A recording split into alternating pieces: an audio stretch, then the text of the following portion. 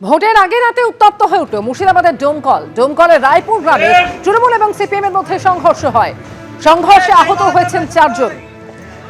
কি করে হলো, কারা মারলো আপনাকে? বলছে না তো, আপনি একে দেন না, একে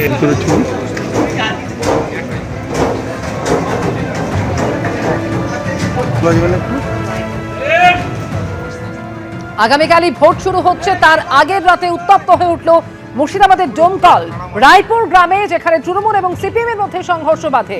আর দুপক্ষের সংঘর্ষে 4 জন আহত হয়েছেন বলে খবর পাওয়া যাচ্ছে। এবারের ভোটে সিভিক ভলেন্টিয়ার, ভিলেজ পুলিশ এবং গ্রিন পুলিশের কোনো ভূমিকা থাকছে না।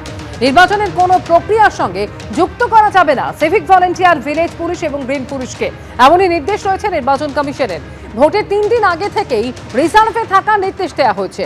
সাদা পোশাকে ভোট কেন্দ্রে গিয়ে সিভিক ভলেন্টিয়ার, ভিলেজ পুলিশ অথবা গ্রিন পুলিশরা ভোট দিতে পারবেন।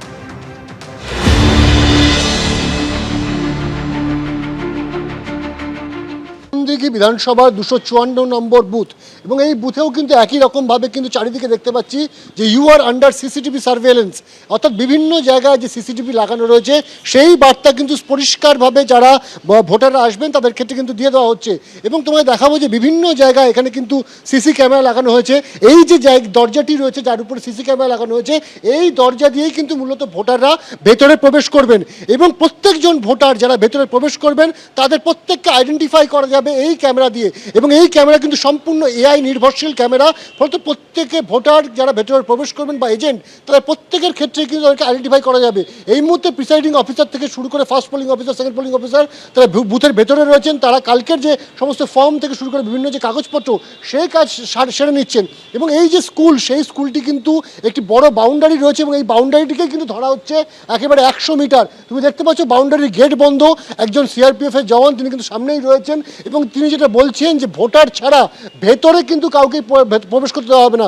উত্তর দিনাজপুর জেলায় যে 9টি বিধানসভা রয়েছে, সেই 9টি বিধানসভা মূলত 2টি পুলিশ জেলার উপরে পড়ে। একটি ইসলামপুর পুলিশ জেলা এবং অপরটি হচ্ছে রায়গঞ্জ পুলিশ জেলা।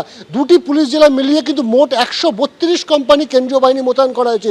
এবং সেদিক থেকে দেখতে গেলে ইসলামপুর চোপড়ার যে পুরনো ইতিহাস রয়েছে সংঘর্ষের, সেই কথা মাথায় রেখে ইসলামপুর চোপড়া এগুলোকে সুপার সেন্সিটিভ হিসেবে কিন্তু গণ্য করছে ইলেকশন কমিশন। ফলত নিরাপত্তা ব্যবস্থাটা কিন্তু অন্যান্য বিধানসভার থেকে এই চত্বরে অনেক বেশি পরিমাণে রয়েছে। এবং পোলিং অফিসার যারা রয়েছেন তারা কিন্তু বাইরে বেরিয়ে এসছেন, বিভিন্ন যে লিফলেটগুলো কোনটা দিয়ে এক্সিট কোনটা দিয়ে এন্ট্রি সেই সমস্তগুলো কিন্তু তারা মেনশন করছে। এখানে সেন্ট্রাল ফোর্স আছে, নিরাপত্তা অবস্থা ভালো আছে। অর্থাৎ নিরাপত্তার একেবারে বজ্র আঁচড়ি। প্রথম দফায় ভোট, আর প্রথম দফায় ভোটার সংখ্যা হচ্ছে 3,60,77,000। ভোটের দিন বাইকের ক্ষেত্রেও নিষেধাজ্ঞা পুলিশের। সন্ধ্যে 6টা থেকে সকাল 6টা পর্যন্ত মোটর বাইক ব্যবহার করা যাবে না। সকাল 6টা থেকে সন্ধ্যে 6টা পর্যন্ত মোটর বাইকে চালকের পিছনে কাউকে বসানো যাবে না, এমনই জানিয়ে দিয়েছে রাজ্যের মুখ্য নির্বাচনী আধিকারিকের দফতর। জেলা নির্বাচনী আধিকারিক, পুলিশ কমিশনার এবং পুলিশ সুপারদের উদ্দেশ্যে জারি করা হয়েছে নির্দেশিকা। কমিশনের তরফে জানানো হয়েছে জরুরি প্রয়োজনে এই নিষেধাজ্ঞা বলবৎ হবে না। এবিপি আনন্দ, এগিয়ে থাকে, এগিয়ে রাখে।